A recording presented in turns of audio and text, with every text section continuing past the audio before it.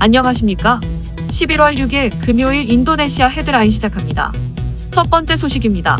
인도네시아 코로나19 확진자가 총 42만 1,731명으로 늘어났으며 이 중 사망만 4,259명, 완치 35만 3,282명으로 집계되어 3.4%의 치사율을 보이고 있습니다. 인도네시아 1일 확진자 수는 지난 한 주 동안 3,000명 수준을 유지하며 하락세를 보이고 있습니다.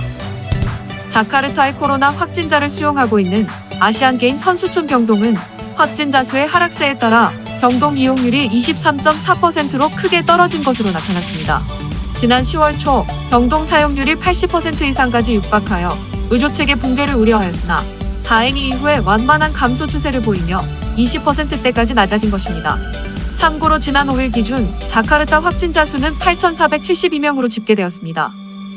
1일 확진자 수가 하락세를 보이고 있지만 현재 인도네시아는 옴니버스법 반대와 최저임금 인상, 그리고 프랑스 반대 시위가 전국적으로 예정이 되어 있습니다.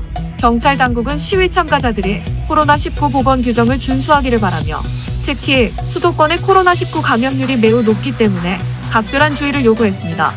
경찰은 시위대가 질서 있게 시위할 수 있도록 유도할 것이며 8,000명의 경찰이 대비하고 있다고 전했습니다.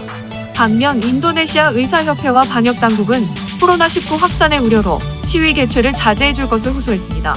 방역당국은 여전히 높은 수준의 감염률을 보이고 있기 때문에 무엇보다 공중보건이 우선시 되어야 한다고 밝혔습니다. 인도네시아 중앙통계청은 9월에 인도네시아를 찾은 외국인 방문객 수가 전년 동기 대비 89% 감소했다고 발표하였습니다. 또한 지난 4월부터 9월까지 6개월간 외국인 방문객 수는 전년 동기 대비 90%가 감소했다고 밝혔습니다. 특히 국제공항과 항구 25개소 중 10개소에서는 외국인 입국자가 없었던 것으로 나타났습니다.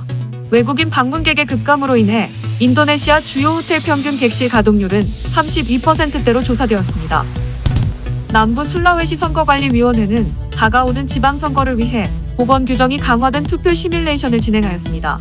선거관리위원회는 마스크 쓰기와 거리 두기 등 보건 규정을 지키면 안전하게 투표를 할 수 있을 것이라고 전했습니다. 참고로 인도네시아는 12월 9일에 최대 규모의 지방선거가 예정되어 있으며 유권자 수만 1억 500만 명으로 예상되고 있습니다. 다음 소식입니다. 지난 2일 조코위 대통령은 국회에서 통과한 일자리 창출 옴니버스법을 거의 한 달 만에 서명하여 해당 법의 효력이 발생되었습니다. 최종 공포된 옴니버스법은 1187조 분량으로 일자리 창출과 투자 유치, 규제 개혁을 위한 핵심 내용을 담았다고 정부는 설명했습니다. 하지만 노동자들은 퇴직금 삭감과 최저임금 산정 방식 변경, 무기한 계약직 허용 등이 경영자에게는 고용 유연화로 유리하지만 근로자들에게는 광범위한 노동권 침해를 가져왔다고 반발하고 있습니다.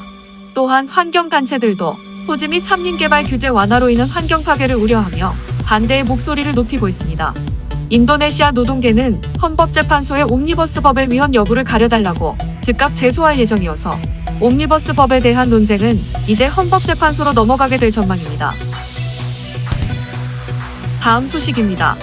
조코위 대통령은 2032년 올림픽 유치 후보 지명회의에서 올림픽 유치는 국가의 이미지를 높일 수 있으며 아시안게임을 개최했던 경험으로 충분히 올림픽도 개최할 수 있다고 자신감을 드러냈습니다. 또한 인도네시아의 올림픽 유치 후보는 국가 자체의 조직화뿐만 아니라 스포츠 인프라 개선 및 선수들의 성과에서부터 글로벌 인지도 증진에 이르기까지 다양한 분야의 개선에 있어서 가속도를 내게 할 것이라고 언급했습니다. 인도네시아는 2018년에 2032년 올림픽 유치를 공식 선언했으며 후보국에는 우리나라와 독일, 호주, 중국, 카타르, 인도가 등록되어 있습니다. 인도네시아가 올림픽을 개최하기 위해서는 주요 개최 지역을 국제올림픽위원회가 정한 규격에 따라 준비를 해야 하며 개최국 최종 결정은 2024년에 발표될 예정입니다. 다음 소식입니다. 인도네시아 재정부 장관이 코로나 사태로 인한 경제활동 침체를 우려해 내년도 최저임금 동결을 요청하였고 노동부 장관도 이례적으로 최저임금을 인상하지 말아달라는 요청을 했음에도 불구하고 일부 지역은 인상을 단행키로 결정했습니다. 인상을 한 지역 중 동부자바주가 5.65%로 가장 컸으며 중부자바주도 3.27% 인상을 발표하였습니다. 또한 자카르타시도 내년 최저임금을 월 441만 6,187루피아로 설정했으며 코로나로 인해 경영이 악화된 기업은 노동청에 신청하여 올해와 똑같은 최저임금을 적용할 수 있다고 밝혔습니다. 하지만 지난 몇 년 동안 8%대의 인상률을 보였던 반면 올해 인상폭은 작년 수준을 밑돌았으며 서부 자바주와 동부 깔리만탄을 포함한 28개 주는 최저임금 동결을 발표하였습니다. 다음 소식입니다. CJ제일제당은 해양에서도 100% 생분해가 되는 친환경 플라스틱 소재인 PHA를 화이트 바이오 사업의 주력 제품으로 선정하고 내년까지 인도네시아 파수로안의 전용 생산 라인을 신설할 계획이라고 밝혔습니다. 화이트 바이오는 식물 등 생물 자원을 원료로 산업용 소재 또는 바이오 연료 등의 물질을 생산하는 산업을 뜻하며 석유 화학 소재를 대체하는 친환경 사업 분야로 중요성이 커지는 산업입니다. 해당 공장에서 연간 5,000톤 규모의 대량 생산이 가능할 전망이며 생산도 하기 전에 이미 유럽 등 유수의 글로벌 기업들이 후기 양산 물량을 뛰어넘는 5,000톤 이상의 선주문을 받았다고 CJ 측은 밝혔습니다. CJ제일제당은 올해 1조 원, 향후 5년 내에 약 3배 이상 규모로 성장할 것으로 예상되는 글로벌 생분해 플라스틱 시장을 공략한다는 전략입니다. CJ제일제당 관계자는 모든 산업 분야에서 친환경은 거스를 수 없는 대세라면서 CJPHA로 글로벌 산업 소재 시장의 패러다임을 친환경으로 바꾸는 주도적 역할을 할 것이라고 말했습니다. 다음 소식입니다. 수마트라섬 북부 남타파눌리군의 한 마을에서 암컷 수마트라 호랑이 한 마리가 포획됐습니다. 해당 개체는 민가에까지 출몰하여 가축들을 잡아먹었고 이에 천연자원보호국 관계자들이 함정을 만들어 생포하였습니다. 3살로 추정되는 해당 호랑이는 영양실조로 많이 야위었고 탈수, 빈혈관에 문제가 있었습니다. 보호당국은 2달 동안 호랑이를 치료한 후 검사 결과 건강을 회복하여 방사를 결정했습니다. 보호당국은 수마트라섬 북부에 해발 1320m의 산속이 호랑이 서식에 적합하다고 판단하여 헬기로 옮겨 해당 지점으로 이동한 뒤 풀어줬습니다. 북수마트라 천연자원보호국장은 수마트라 호랑이 서식 추정지에 풀어주는 것이 적합하다고 판단해 20시간 동안 이송작전을 펼쳤다며 주변에 덫이 없는지 사전에 확인하는 작업도 했다고 말했습니다.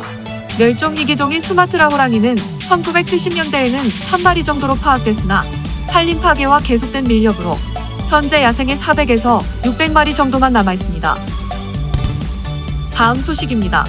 제인도네시아 한인회와 한국대사관은 교민들을 위해 한국산 KF94 마스크 22만 장을 공수했습니다. 한인회는 한국산 마스크를 쓰고 싶다는 교민들의 요청이 커서 대사관과 함께 공동구매를 진행했으며 이번 공동구매에 참여한 교민들은 총 2,614명이라고 밝혔습니다. 공동구매한 마스크는 지난달 28일 인도네시아에 도착, 자카르타에서는 11월 4일부터 배포를 시작했습니다. 박재한 한인 회장은 예상보다 훨씬 많은 교민이 공동구매에 참여해 놀랐다며 코로나19 상황에서 실질적인 도움이 되길 바란다고 말했습니다. 마스크 통관 절차를 지원한 유한수 영사는 지금까지 제인도네시아 한국인 가운데 누적 31명이 코로나19 확진 판정을 받았으며 이 중 24명이 회복하였고 6명이 치료 중이며 1명의 사망자가 발생했다며 최근 사망자도 나오고 입원 환자도 발생하면서 마스크 착용 필요성이 더 커졌다고 전했습니다.